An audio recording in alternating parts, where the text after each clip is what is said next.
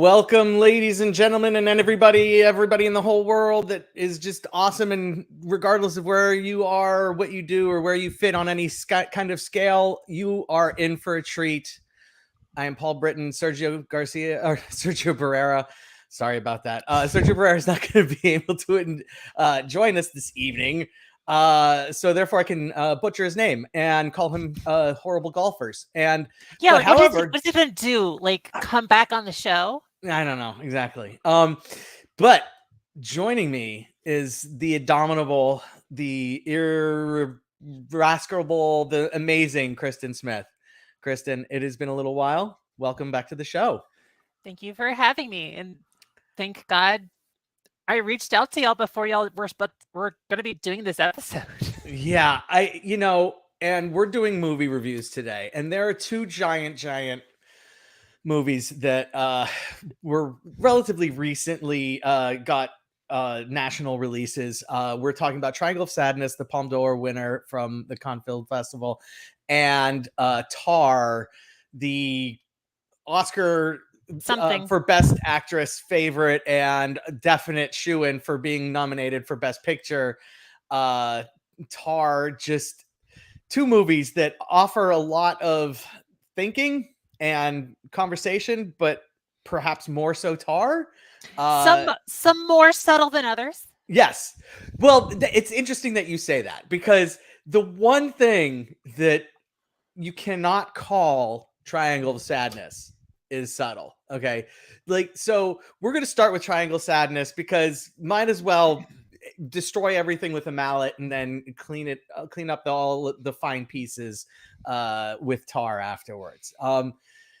Triangle of Sadness follows a pair, a couple, and they happen to be a couple of models, high fashion models, through three slightly related acts.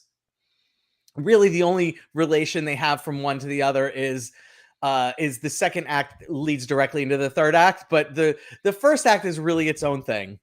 We get to meet the couple in the first act, and we find and the female high fashion model, Yaya, is super successful and has a lot of money. And her boyfriend, who is a high fashion male model, he's famous for a very popular what was it? It was like a cologne ad, I think. Balenciaga brand. Yeah, there you go. It's a clothing. It's a very high end clothing brand. Okay, so Carl, he is super famous also, but not remotely as influential or affluent as Yaya. And so the first act is the micro, how differing classes of how different the entire movie, honestly, just to get it, the entire movie is how different classes deal with one another. And this is about class. Yes, this movie's about class. That's all it's about. I mean, yes, I know it's a shock. And Kristen's reacting that way because it's blatantly obvious. I mean, this movie might as well have been called Class Struggle. Like that's really what it should have been called, but it wasn't. It was called Triangle of Sadness because there's three acts, very independent acts. And so there's the triangle, and also the Triangle of Sadness is the thing above your head that, and it comes up during the first act, and it's very funny the way it comes up. So this is the micro. How do two people coexist that are clearly in different spending brackets, and it's I really enjoyed this the first act. What did you think of it? So I did like it. I guess I should probably we should probably also start to say that this is I'm gonna butcher his name. Ruben Östlund. Yeah. Is the director.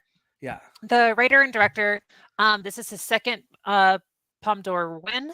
Yes. Which is historic because he's one of basically a dozen directors that are the only people who've won this award twice. Yeah, yeah. And I had only seen. Have you seen any of his other films before this? So we did see Force Majeure, Sergio and I. We actually, so when the Americanized version of it came out, Sergio and I did a segment where we compared the Force Majeure to, I don't even remember what the Will Like Ferrell version was called. Downhill. Downhill, that's right. Yes. We did a segment about it. So I have seen Force Majeure. I wanted to see The Square. It just didn't happen. I kind of feel bad that I didn't get to before the segment, but it's all right. I will eventually see it. Yeah, because as we've mentioned before, this director, Lisland, he reminds me a lot of Adam McKay, in that Adam Yes. McKay it's very obvious what his message is. Yes. It's very obvious what point he's trying to make. Mm-hmm. And he's going to make it in the most obvious, loudest, Mm-hmm. at times probably most ludicrous possible way you can think of. Absolutely. And as far as like, you can really get like a sense of it, except I like Usland more because he seems to have at least, like, I like how much control he has. Like, visually, that was like one of the first things I saw when I first watched this, was just like how visually this is it's kind of like what I expect from Can, like very long takes. There's other times like very weird direction that's like happening. Like there's one where they're having a conversation in a car and this camera is like going back and forth like a windshield wiper. Yes. You can even hear the windshield wiper as this like keeps getting more and more intense. Like it keeps getting more and more tense. Like it does really strange, really on the nose things like this. Yeah. But as far as like, I think this first half is really good. Like I feel like I did not like The Square at all. Okay. Interesting. Okay. But what I did like here is that you're kind of like, this first segment's really giving you a nice sort of like you said, microcosm of like the different types of people that we're going to be here. Like this is more of the personal relationships between different classes, and then you get to see it expanded as you get into the ship and the other parts. So like looking back, I do like how small that first segment really is, like in terms of like, there's not really a story, there's not really a lot of things that like come into play from this first half, but at least it's kind of like the wedding of the deer hunter. Like it really sets the table for like what we will come to expect from these different characters and the different themes that we're going to explore. Right.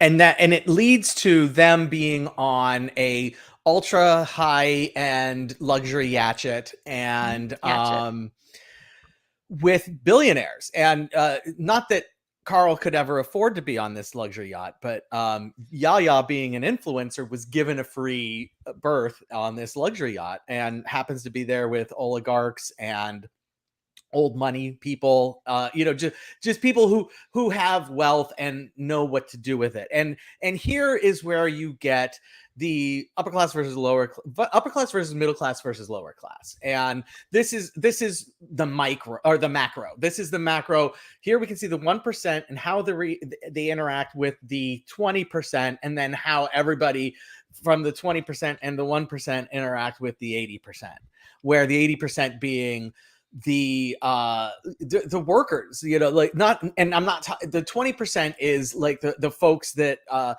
the stewards and sort of the customer facing folks on the ship, whereas the lower 80% are the mechanics and the I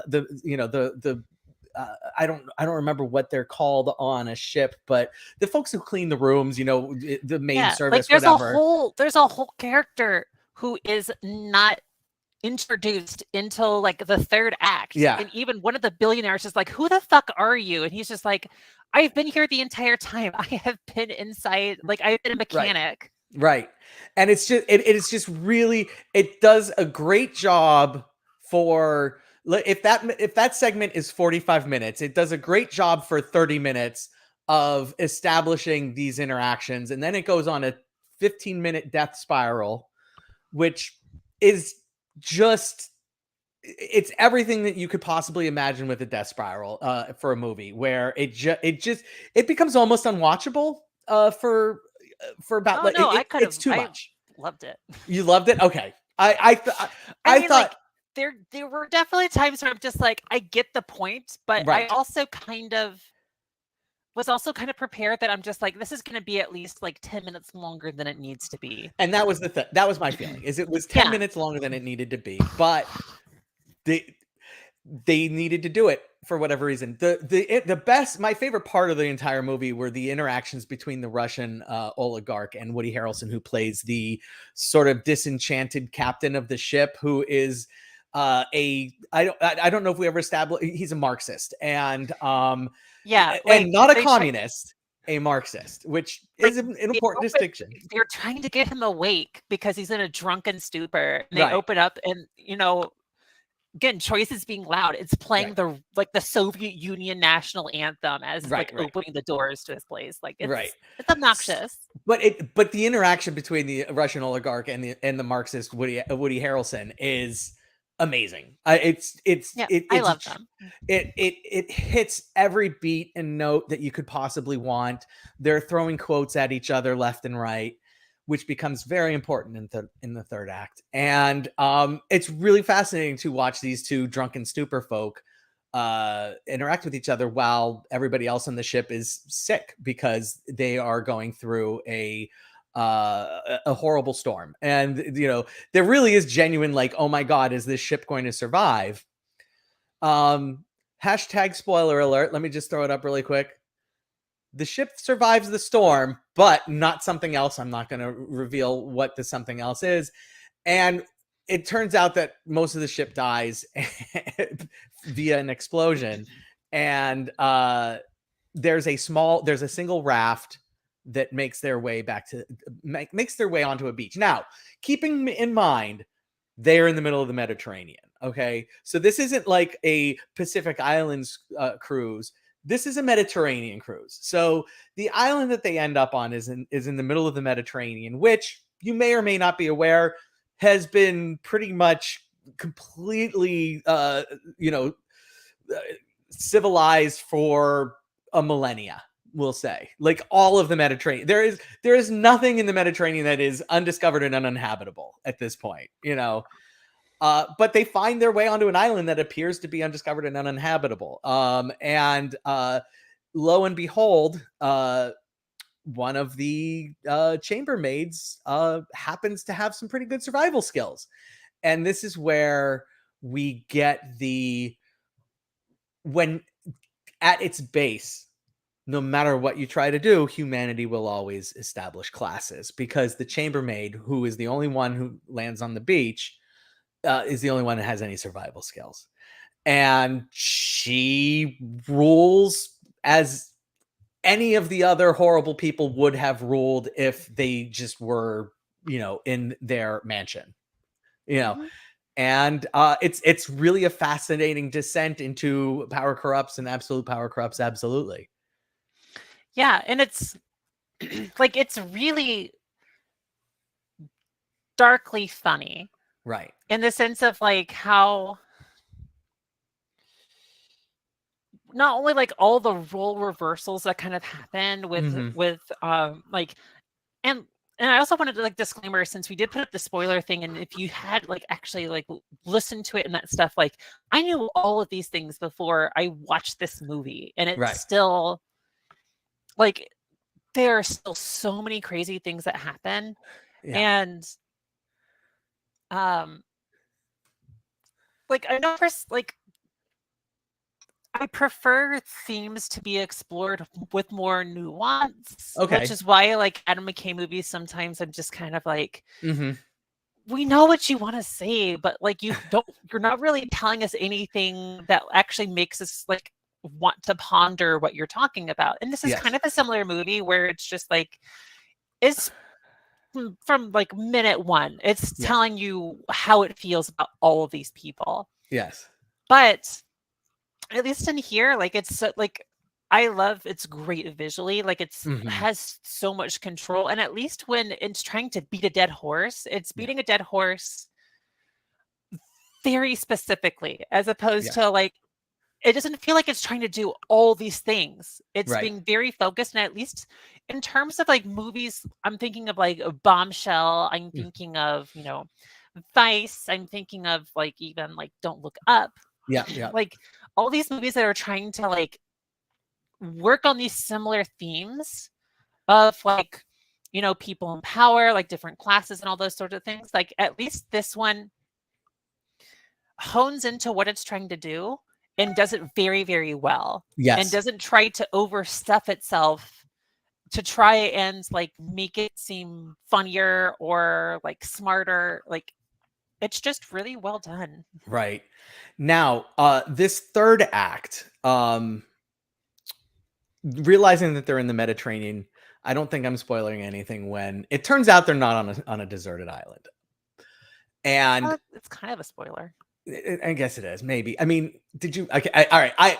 I'm like they're on the Mediterranean, there's, there are things, So anyway, all right, that's I guess a little bit of a spoiler, but here's the deal. At the end, we find Yaya with the chambermaid. Angela? Is that wait? Shoot, I can't Oh, remember. Dorothy. Is it Abigail. Dorothy? Abigail.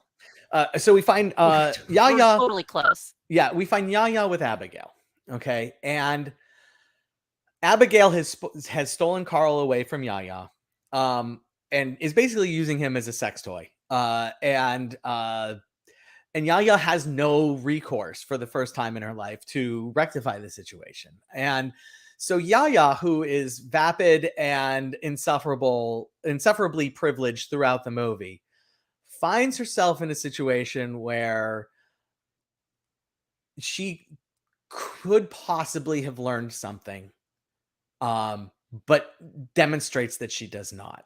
Which leads me to the point of I think the whole movie and why I think it's brilliant, is because this movie that is just flying mallets everywhere, and in the last scene turns very ambiguous and becomes very subtle in what it's trying to communicate.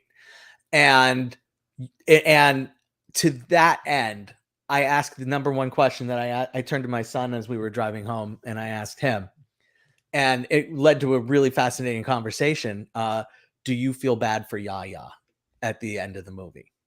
Yeah, I do. Okay. Uh, and I say yes.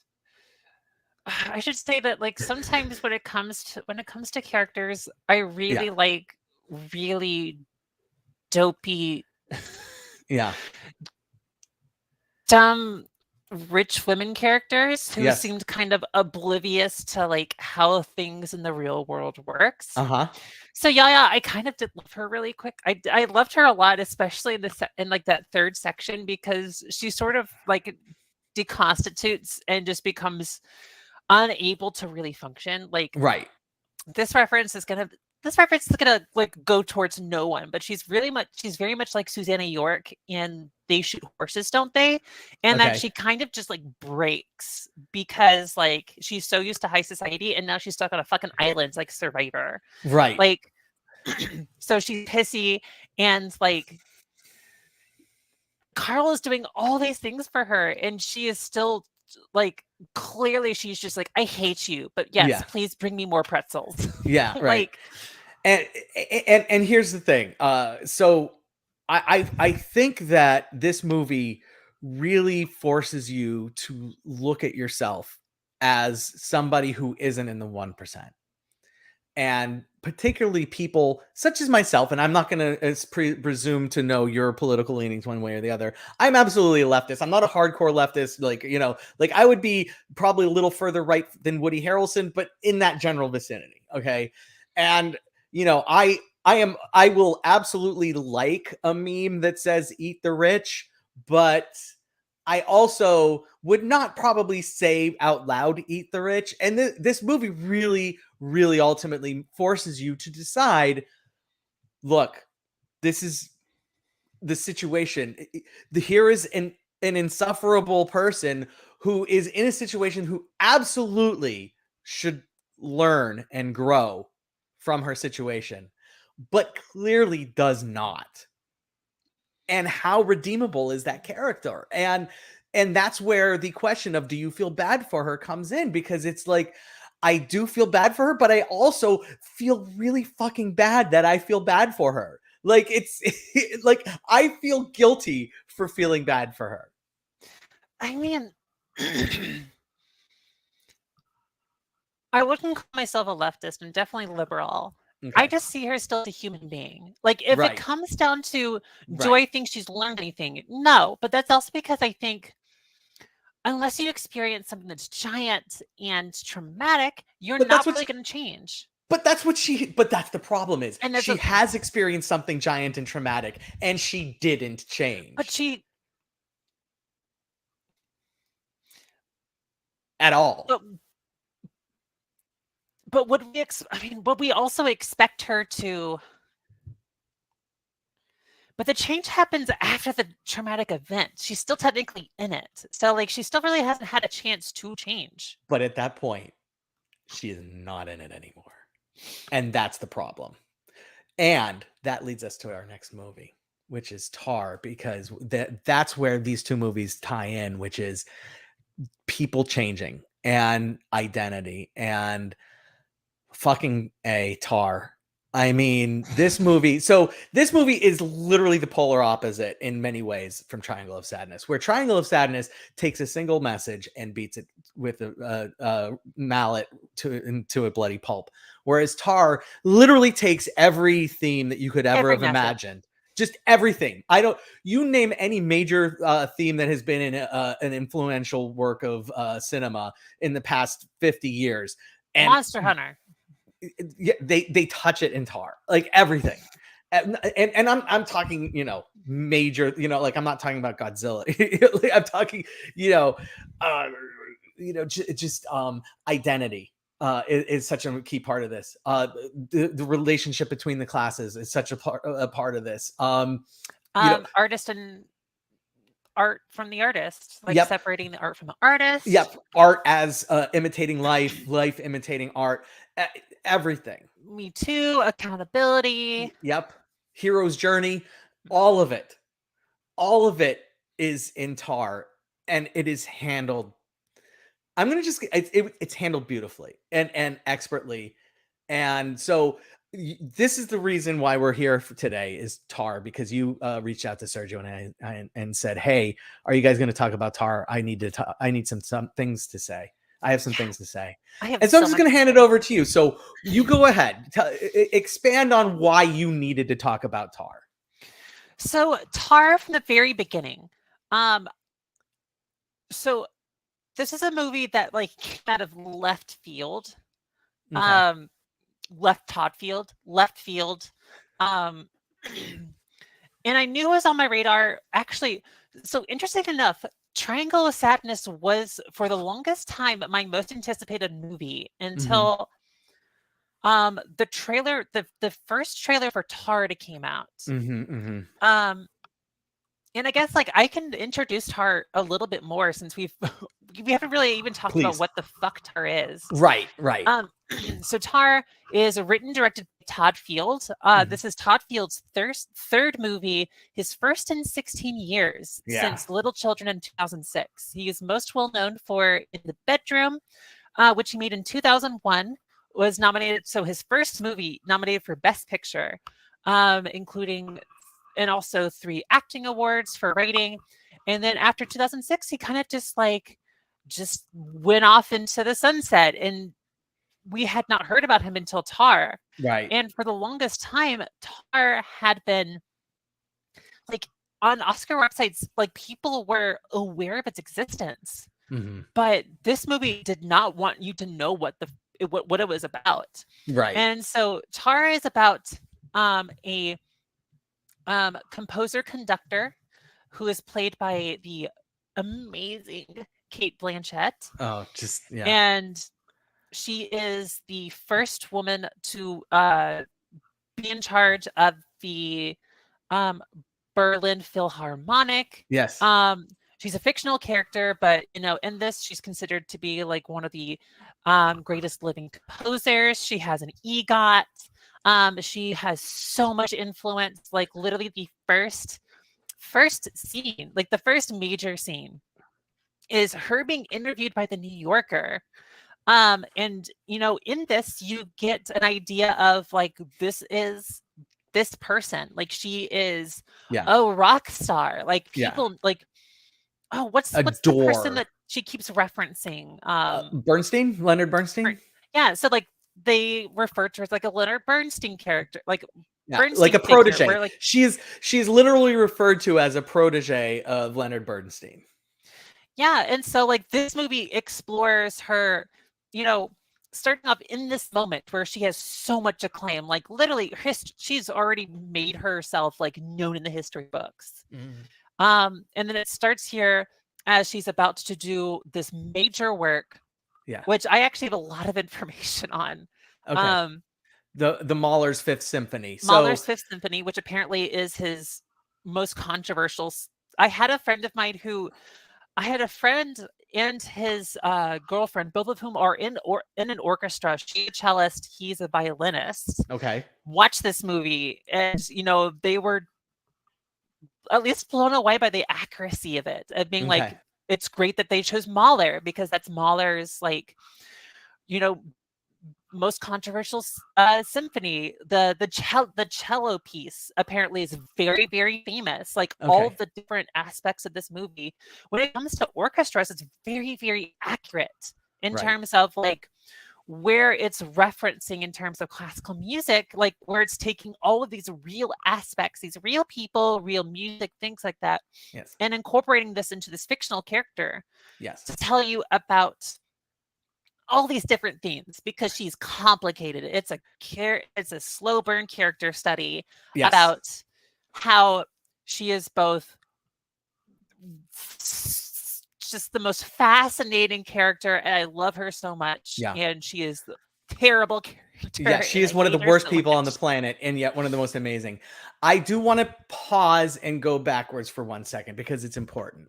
So you mentioned the New Yorker interview, and it's very much, it has the feel of Inside the Actors Studio, if anybody's ever watched that, where it's just like the interviewer kind of regurgitating, I think is the correct word here, regurgitating softballs kind of. but not even asking your questions yet. Like the first 5 minutes is just literally like, here is your accomplishment, here is your accomplishment, here's your resume, here's your CV. And it is obvious that this is 100% a curated list of things, and to the point where they cut to as he gets to the end of the reading of the CV, they cut to Tar's assistant, who is literally like mouthing exactly what he's going to say as he is saying it. So that's how curated her persona is. Okay. And that's what you were being presented with, is her public persona. And that is really important, because that's all she wants anybody to know about. That's it. She refuses to let anything outside of that influence anybody's image of her, thought of her, or anything, to the point that you, as a viewer of the movie, we are not allowed to witness anything outside of that until the movie slowly unfolds and her character unfolds. And so to that end, we find out, this person who has done these amazing things and seems genuinely amazing, based solely off of the New Yorker interview, becomes a little more complicated. Yes. And like one thing I was trying to kind of eventually go through this, but like one of the reasons why this became my most anticipated movie was just because of how this can kind of give you an idea of just like when it comes to themes, like how dense thematically this movie can be. Did you ever see the very first teaser for this movie? It was like mostly voiceover. Oh yes. I remember exactly what you're talking about. So this the first image of this whole entire movie that anyone ever saw was from this teaser, which had a voiceover, which I'm going to read to you because it makes a Oh, lot more sense now than it did okay. several months ago when we first heard it. Sure. Hit it. And so this teaser, like to give you an idea, the first impression that we ever get of this movie, like way back several months ago during marketing, was it was like this slow motion, um, Kate Blanchett looking straight into camera. She's looking very serious, and then she opens her mouth, and like black smoke just sort of like slowly comes out of her mouth. And during, so like this is going on for like a minute, and you hear this voiceover, which I think is Todd Field, and it said, "The global pandemic has had an enormous impact on our world, our culture, and our very belief systems. But there are other kinds of plagues that visit us, and whom the gods would destroy, they first make mad with power. The mills of God, the mill, the mills of God grind slowly and exceedingly small. The bee fertilizes the flower it robs. Power, true power, requires camouflage." And back this is before I realized like how much this movie is about, you know, authority figures Yeah. having to deal with, you know, what they like reaping what they sow. Like, Mm-hmm. and to probably and the I don't want to use cancel culture because I feel like it's not the right word for it, but but the movie is But the, also kind of tangentially because she considers it cancel culture. So basically, like, but that's the key. That's the key is that she considers it cancel culture because it's easier to call it cancel culture than to call it taking responsibility for your actions.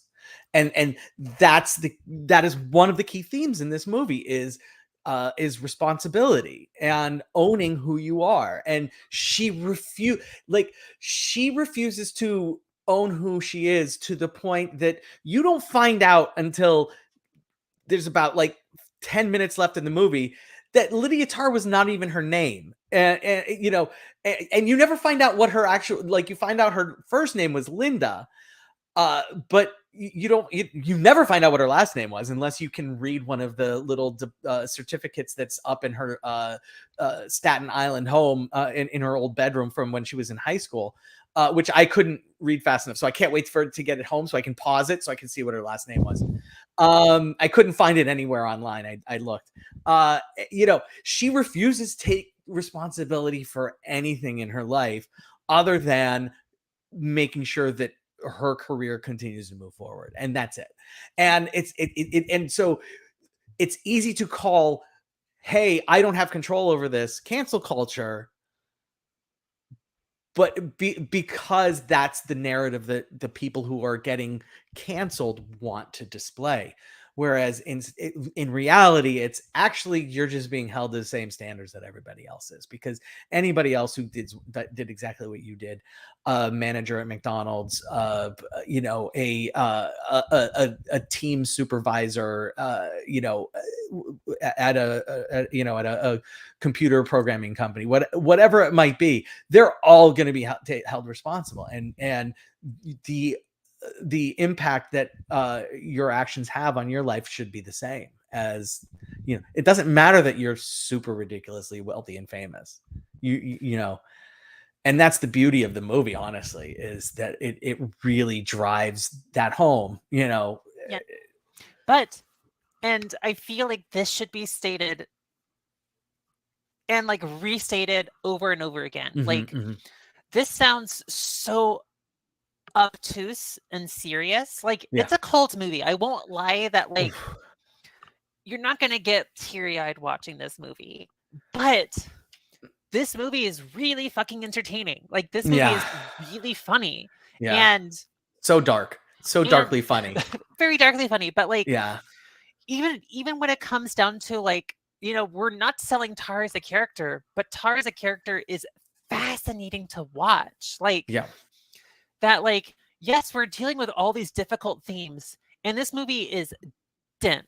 This movie has all kinds of symbolism. Like there's a lot of things that like I've seen this movie twice, Yeah. and there are still things that I'm trying to kind of, you know, dig Hmm. deep into in Hmm. talking to people. I've kind of pieced some things together. Hmm. Um, having people who knew about like new classical music. Like I had two friends, one was a cellist and one was a violinist, and Yep. they were like hearing their perspective and being like, oh no, the choices that they made for music is, makes so much sense for the world that they're trying to depict and Yeah. for like how they are with orchestras. Yeah. And the kind of same thing happens with me when it comes to different art forms. And this kind of also ties into the movie we're doing next week, which Hmm. has one character that's in Tar. I don't know if you recognize her. No. You mean The one assistant. actor or character? No, the assistant. Oh, she's in. Naomi Merlant. Yes. Oh, okay. She's in that. Is she? Does she play one of the major leads Yes, in she that? is. She's one of the main two. Oh, nice. Good times. Yeah, she's awesome. Anywho, but um, but kind of like with this other movie that we will talk about next week, Yeah. I like it when you have a movie that it's about a specific type of subject, like painting, like orchestra conducting, and really goes in depth about it. Like I could watch another 3 hours of just them talking about music, Yeah. talking about interpreting music. I would watch an entire like orchestra practice just to hear them go through the minutia of like how to perfectly interpret this piece of music. Like Hmm. like it is so entertaining to watch that like yes, it's dark, it's cold, there's a lot thrown at you, but like I am so entertained the entire time. Like Yeah. the both the audiences I was with, one was a big audience and one was a small one. We all Okay. had a hoot. Awesome. I do have one question. You mentioned nobody's going to cry during this movie, but the moment as she is, I'm going to use the term canceled because as she's being held to account, like I don't want to use their term for it because it's an easy escapist way to just say I'm being held to account. So Mhm. I'm going to use the phrase as she's being held to account. Her spouse, her wife, Sharon, is seen keeping her away from their daughter Petra, and literally like a scene and a half before this scene where we're witnessing Tar lose her daughter. I mean, literally losing her daughter, who she loves. I mean, throughout the movie, her relationship with her daughter is very important, and her wife even tells her, every relationship with you is transactional except for the one with your daughter, and that's really important because that is factually correct. Like that, you could never have pegged a person better, but then by saying, you know what, Tar, every relationship you have is transactional. Every single interaction you have is purely transactional, except for and we see this when she interact and she interacts with like a 10-year-old bully, just one of the quote unquote mean girls, no quote unquote, but like I'm calling her, one of the 10-year-old mean girls, German Berlin mean girl versions of, straight from the movie Mean Girls, and interacts with her and like intimidates her, and just to the point of like, look, you shouldn't be talking to kids like this. She doesn't give a fuck. Like you are making life worse for my daughter. I'm going to make your life pretty bad, and And she can get away with it because she's Lydia Tarr. because she is Lydia Tarr. And I would suspect that there are people that cry during that movie. That moment where she loses her daughter is that's the one gut punch in the whole movie where it's like, holy shit. Like I wasn't ready for that. It's possible. I guess maybe what I should, if I were to clarify when I say that this is not an emotional movie, Mm-hmm. I mean in the sense that like this is not like a Steven Spielberg Yes. Yeah. like you're to quote the friend I watched the first time I saw this, the quote my friend Morgan who watched it with me. she said that she mentioned how like there is not a score to tell you how to feel. Like Hmm. the score for this movie is the classical music that they play. So like you're not having the normal cinematic like this is a sad moment. We're playing sad music because we Right. want you to also feel sad. Like Right. Right. in that sense, like it's a smart movie. It's not trying to manipulate you in that sort of way. Yes, that part is sad. Yeah. And Um, yeah, the another emotional scene that I want to draw attention to is the Juilliard guest teacher scene. So Tar is an alum of Juilliard, and she is in New York and for that New Yorker interview, and the next day goes in to teach a conducting class at Juilliard, and she has an interaction with a student who definitely needed to calm down. Like his nervous energy made me unbelievably nervous, and there's like, his knee does not stop shaking the entire anytime he's sitting down. His knee's just going a mile a minute, and that makes like that is the one instance in the movie where it's like they are manipulating your senses there, or your emotions there, because they are trying to make you uncomfortable with, they being the director, they're trying to make you uncomfortable with the scene. And Tar adds to that with the way that she interacts with this young student.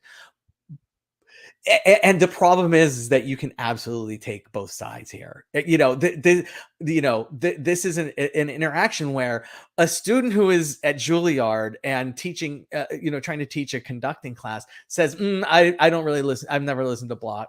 I can't relate to him. And it's like, you're a fucking Juilliard.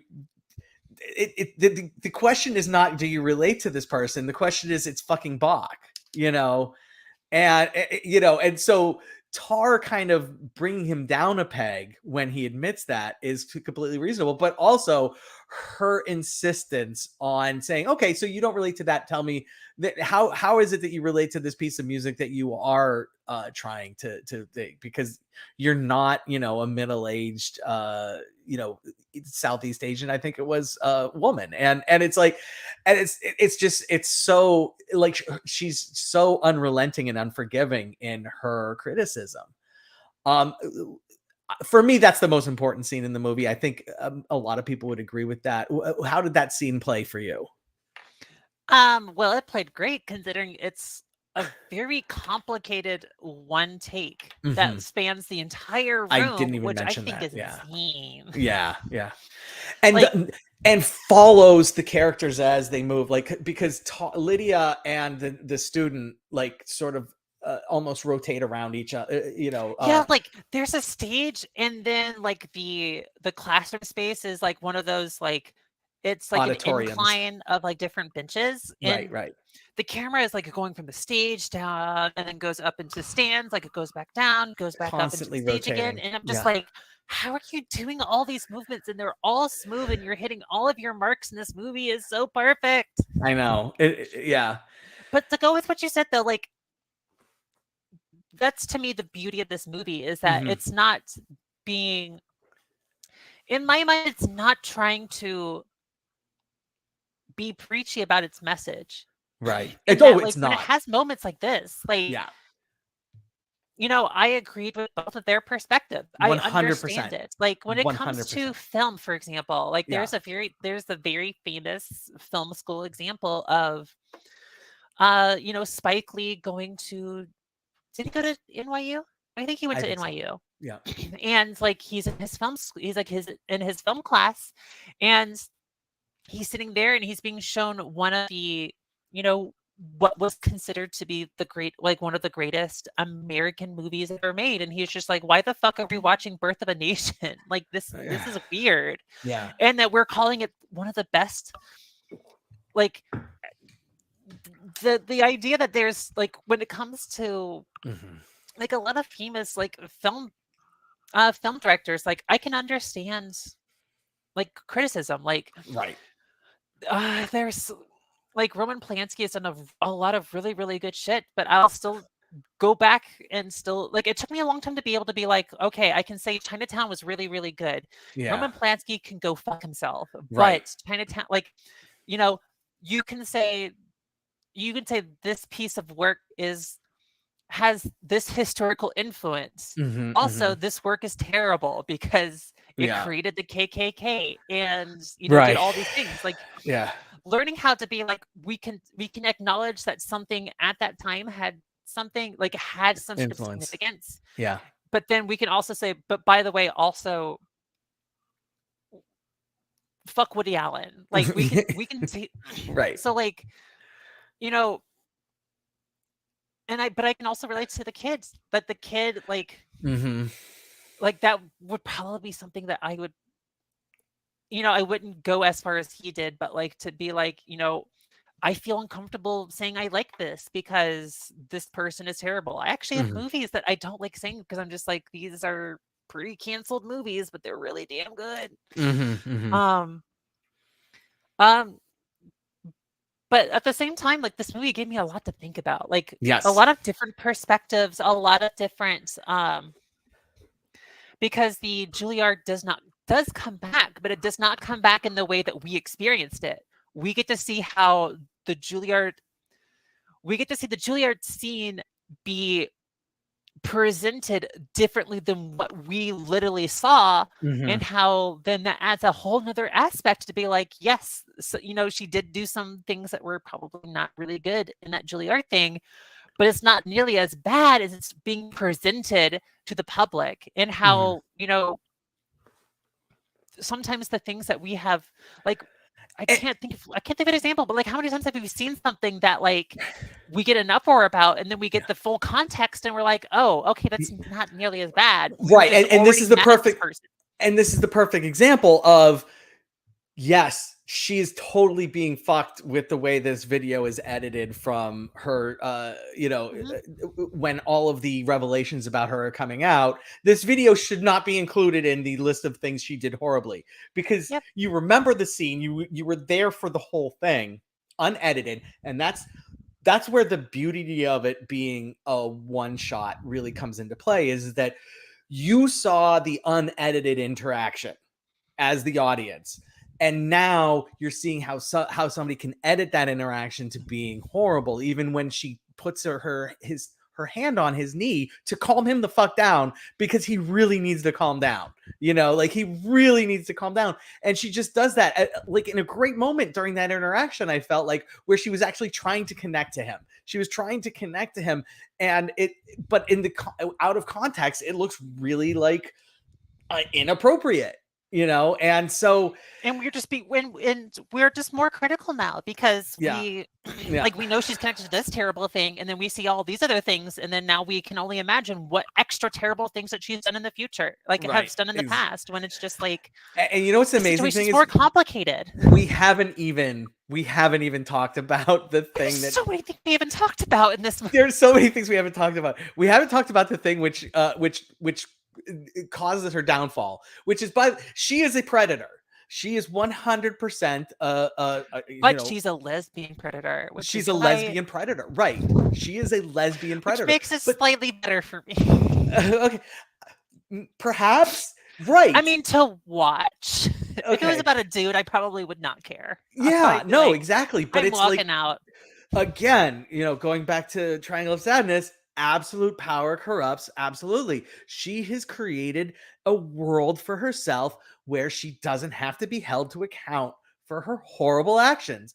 And not only does one of her predations, I'm going to say indirectly, you could probably argue directly, maybe, but honestly, we know this now without the full context of what happened and what led to one of her former proteges that she, turned off, and she goes off and kills herself. And is Tar responsible for that? Probably not. The reality is probably not. Did she help the situation? Definitely not. this poor woman probably was sending out calls for help constantly to Tar, and Tar's just not emotionally adult enough to be able to understand and recognize what those calls for help mean. And but she is held accountable for that. And all the while, she's also hitting on her brand new cellist and trying to groom her to be her next, liaison. And it is creepy as fuck to watch unfold in real time. Yep, it's really awkward. Yeah.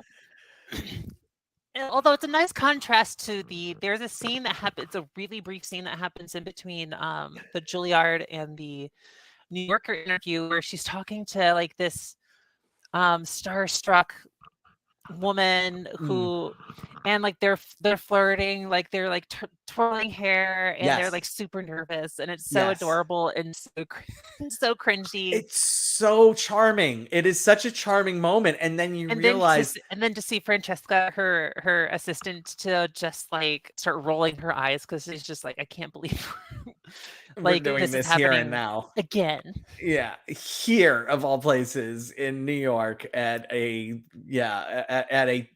luncheon or gala, some kind of event, here to tout the awesomeness of Tar. Yeah. It's and it really calls the question, what is her relationship like? The thing that's in the back of your head constantly is, what was her relationship with her assistant before this person became her assistant?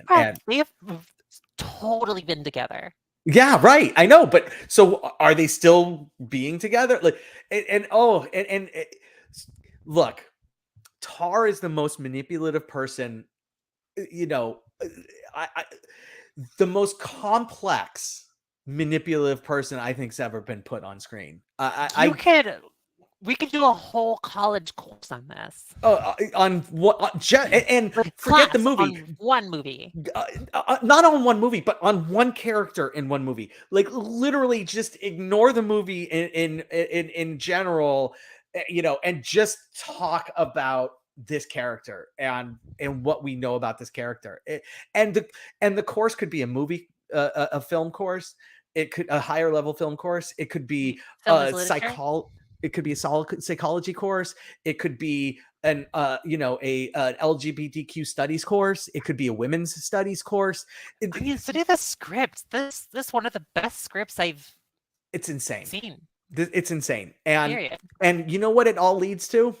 Mm-hmm. Me asking you the question, do we feel bad for Tar at the end of the movie? Because we find her in her absolute lowest moment as an adult. I don't want to spoil the ending. I'm not going to. But I am asking you.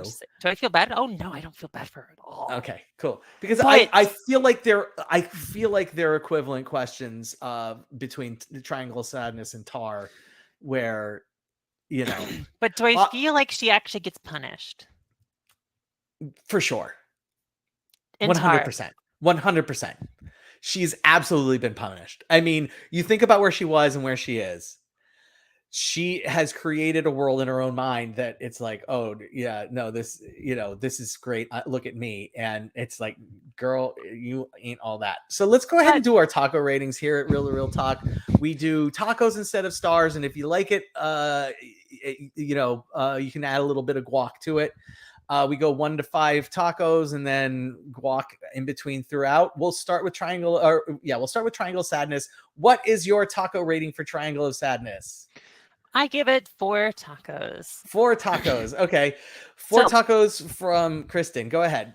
Final thoughts on Triangle of Sadness. I mean, most of all, I really like how it is visually. Like, I'm a director person. I like seeing how a director is able to like frame a story, how they see the world. And the movie to me is just visually like so interesting. Yeah. And like all of its compositions. Yeah. I do think it's funny. Yes, it can have times where it feels long and other times where I'm just like, we get the point, move on, or times where I feel like it could have done funnier things with certain things, or could have done without certain things.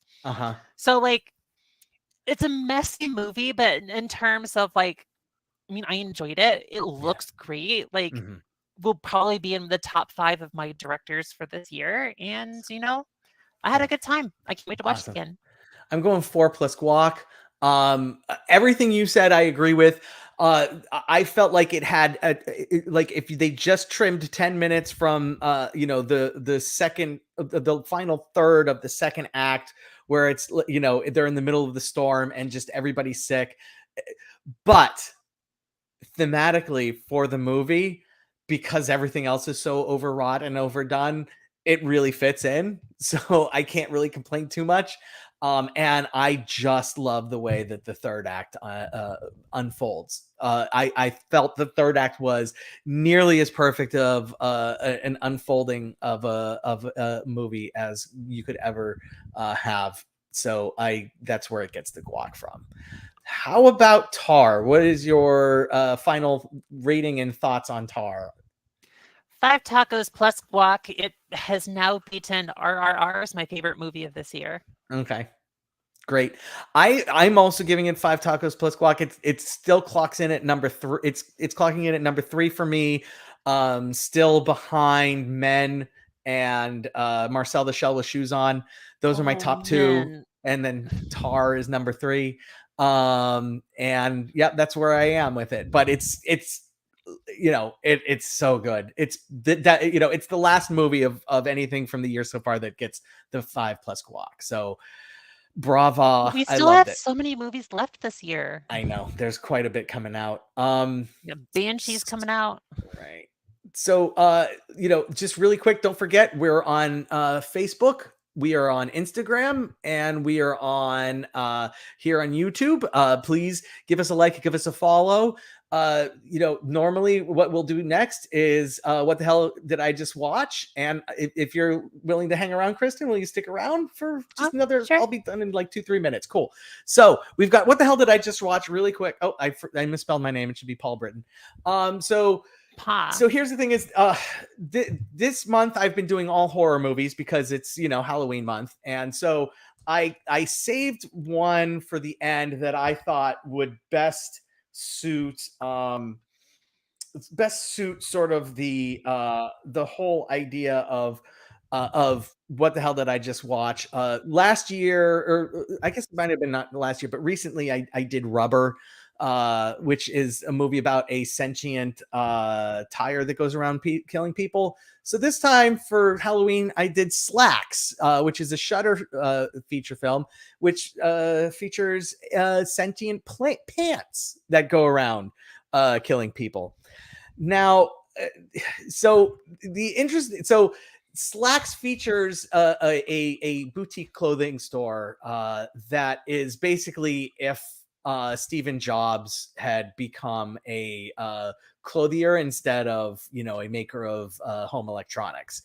And there's a whole cult of personality around the store that they work at, a Canadian cotton company, and they're on the cutting edge of clothes, and they have developed a brand new cotton that fits to your body. So you buy the size that you're at, and if you gain 5 pounds or lose 5 pounds, they're still going to fit you exactly the same, because the cotton adjusts for some way, or there's cotton technology. And it turns out that the cotton also will devour you. And I loved Rubber. Rubber was really an absurdist movie about a tire going around killing people. This movie tries to be absurdist, but also interjects way too much message, I think, which considering we're just getting off talking about Triangle of Sadness, is odd, because the message here is don't treat the working class like dispensable objects, because that's how because that could lead to some bad things for you as the consumer. Yeah, just a little bit. Yep. And so that's what Slacks does. Except through instead of stranding people on an island, it does it through devouring them, having your pants devour you. So so it's kind of like a message about where you get, like, if you get clothes from exploited exploitative brands sort of message. Exploitative, yes, brands. You know, if you get exploitative, I think. Is it or is it exploitive? I think doesn't matter. Keep going. Yeah, you know, we're saying the same thing, and you are 100% right. We know exactly what we're saying. I just just don't do it. Okay.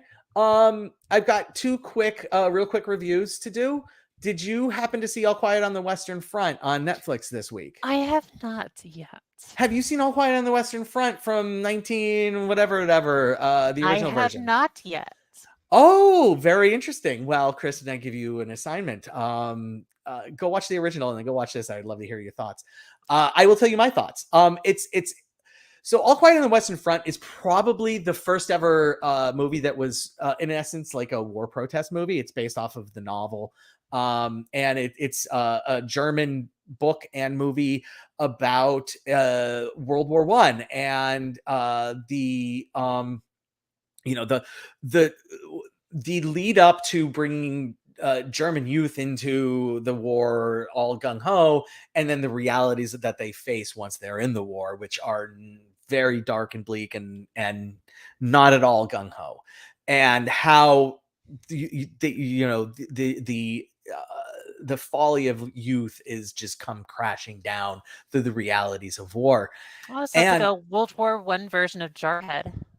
Yes, and it's fantastic. Like the original movie is, I think it's fantastic. It's a wonderful sort of piece from 70 years ago now. I guess it would have been no. Oh God, it would have been 90 years ago. Yeah, 90 years ago. It was one of the very first Oscar Best Picture winners, and it's amazing. And this is a really, really solidly done modernization of that. And 92 years. 92 years. Perfect. So I highly recommend this. This is again out on Netflix.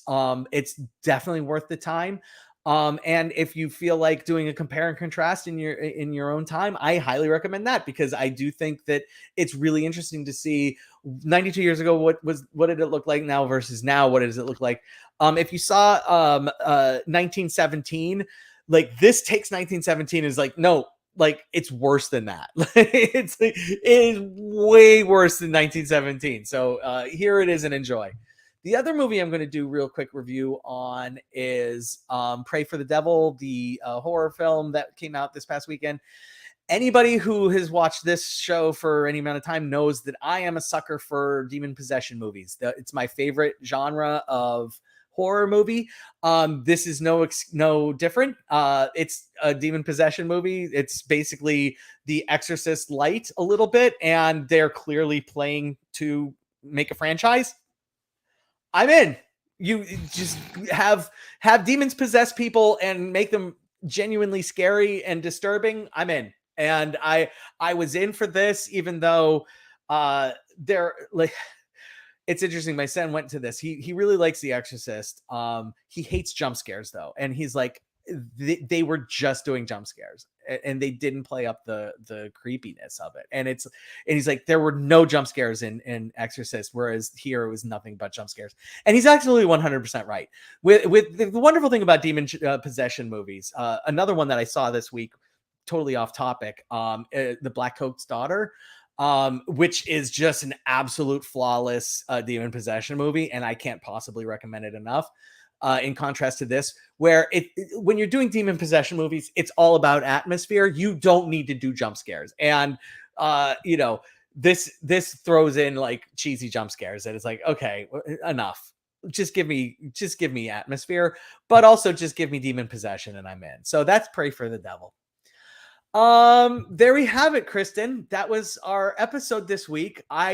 We really didn't even scratch the surface on Tar. I hate to say, like, we don't need Sergio anymore. No, yeah, like we really didn't even scratch the surface on it, but I think we did a pretty good job.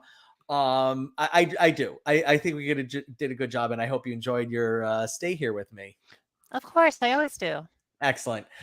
We're super excited to have you next week. We'll have just, hang around for a minute after, because I do want to have a little conversation with you about next week. But not to ruin it for anybody, but we literally asked Kristen a month and a half ago, hey Kristen, are you available this week, because we want to talk about a movie that we know that you've been wanting to talk about. So that, it's highly anticipated. I hope you will join us. And remember, you're awesome, you're amazing, and the world's a better place because you are in it. Thanks everybody for joining us here on Real Talk.